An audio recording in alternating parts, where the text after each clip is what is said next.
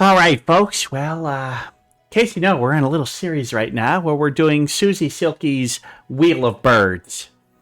And so we've done the kakapo, the blue-footed booby, uh, the violet saberwing. Well, I showed the wheel to Jason here and said, hey, which one of these ones that are left would you like? And he said, the Scarlet I Tanager. like red. I mean, this is a very red bird. If you like red, this is so red, so red. The reddest bird? Maybe not the reddest bird, but pretty darn red. It's, yeah, that's hell. Like Bentai said, that's a hella red bird. Oh my gosh, pretty cute too. Cute little red cutie, little red cutie. Let's learn a little bit more about them. Well, they're 6.3 to 7.5 inches long with a 9.8 to 11.8 in wingspan. So that's going to put them about a little bit bigger than a finch. You know, not quite American robin size, a little smaller than that, but kind of in that ballpark. Yeah, and they weigh, little under an ounce to a little over an ounce. Pretty light, pretty light. And well, the interesting thing is that in the wild they're going to live about 3 to 5 years, but the oldest on record lived at 12 years old, which just goes to show you it's a dangerous world out there. They can be found here. It's unlikely, but they can actually be found where I am. Nice, nice. Yeah, as you can see, they've got quite the range. So the it's in the orange below those white lakes there. The Lake Manitoba and Lake Winnipeg, I think. Yeah, that's near where I live. I'm in that orange bit too, in the Twin Cities. So yeah, the orange bits down there is where you're going to find them in the summertime, and the blue bits is where you're going to find them in the wintertime, and the yellow bits are where you'll find them during migration season. So as you can see, they do quite a bit of migration. I mean, they're going from Canada all the way down to as low as Peru. Canada, Peru. Yes, that's quite the journey. Yep. Quite the journey. I'm a crow. I like to stay put. I stay put year round. Yep. Now, as you can see, they're passerine birds, but they're actually in the same family as cardinals, another very red bird. Mm-hmm. Yeah, they're in a different genus, but not too far off from cardinals. So I guess that explains the redness. Of course, there's plenty of birds in that family that are not red, but hey, I think it's neat that they're closely related to them. Now, not all Scarlet Tanagers are red. If you look at the top there, you're like, Twig, you picked the wrong bird. That's not a red bird. That's a female. Yeah, only the males are red. Males are usually the most vibrant. Yep.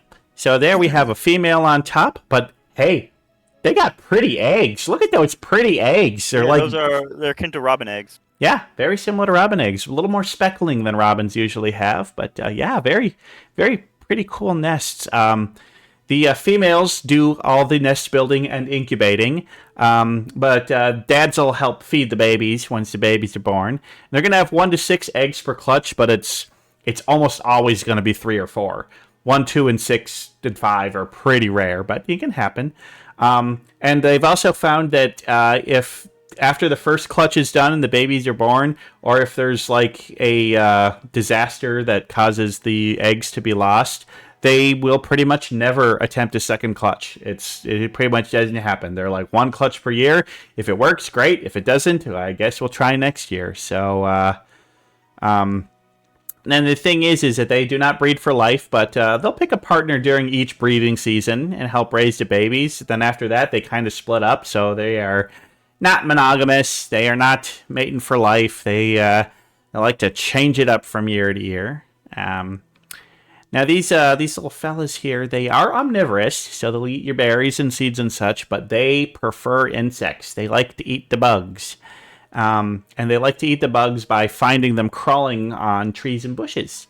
So little ants or beetles or whatever crawling up the side of a tree, that's their favorite snacks. And so they'll go up and down tree trunks trying to find bugs inside of those. And that's what they like to eat. And then most of the year, they're going to be pretty social. They're going to be in flocks. There's going to be lots of tanagers living together and maybe also with some other small birds. But during mating season when there's babies around, they pair up, and the males are like, "Stay the hell away. These my babies. You get away from my babies." So yeah, they get really territorial for like a month. But other than that, they're Makes like, sense. "Okay, we cool now." I'm sorry, we could say something. Makes sense. Yeah. Now, these birds, they're not very, like, if you got yourself, like, if you're living in, like, a suburb or a city, you're probably not going to see them too often. They are not the kind of bird you're going to find at your bird feeder. They're not the kind of bird you're going to find hanging around a restaurant in an urban environment. No, they prefer woodlands. They like forests. They like remote areas.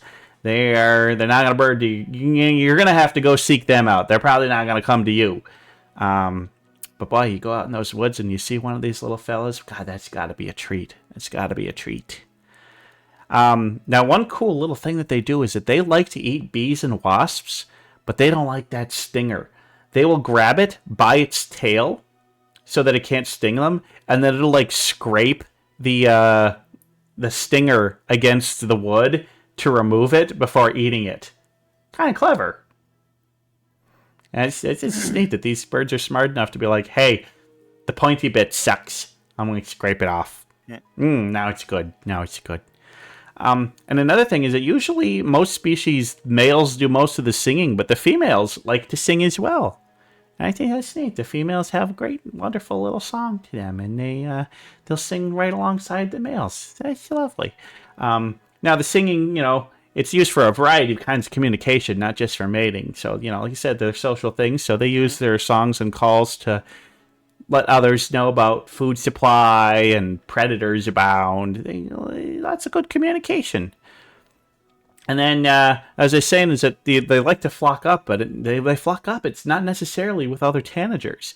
They will pair up, especially during migration and in the wintertime. They're going to join some mixed species flocks. So they might be hanging out with warblers and finches. And it's a great survival tactic. When you got to fly long distances, sticking with other birds is a good way to stay alive. But it's not a good way to stay alive? Is if one of your eggs suddenly looks different than the others and is bigger, and then it hatches, and then that bird steals all the food from the parents and the babies die because it's a cowbird and not a tanager. Yeah, it turns out their nests are very often parasited by cowbirds. Stupid cowbirds. Hate cowbirds. Oh, hey, a photo. Hey, what? In the chat. I think that's a photo. Oh. Hi. And so, lastly, in several cultures, they're said to bring good luck, hope, and new beginnings. So, yeah, they are a lucky bird. I think I would have good luck and hope and fortunes if I was walking down the forested path and I saw a wait a minute, walking, flying. I'd be flying through because I'm a crow. That's what I do. I fly through the woods. Yeah, they're pretty birds. So, what are my thoughts? Well, I mean, there's nothing too amazingly special about them. But God, they're just so pretty. Black and red. They're just cool birds. You can't, I love a cute little red bird. What do you think, Jason? Yep, they're nice. Yep, they're nice. I like red. We like red. Easy to spot up in those green trees. The contrast, baby. The contrast. So yeah, Scarlet Tanager. Great bird. Hope to see one around. Gonna go up to the north woods and walk through some wooded areas and see if I can find some.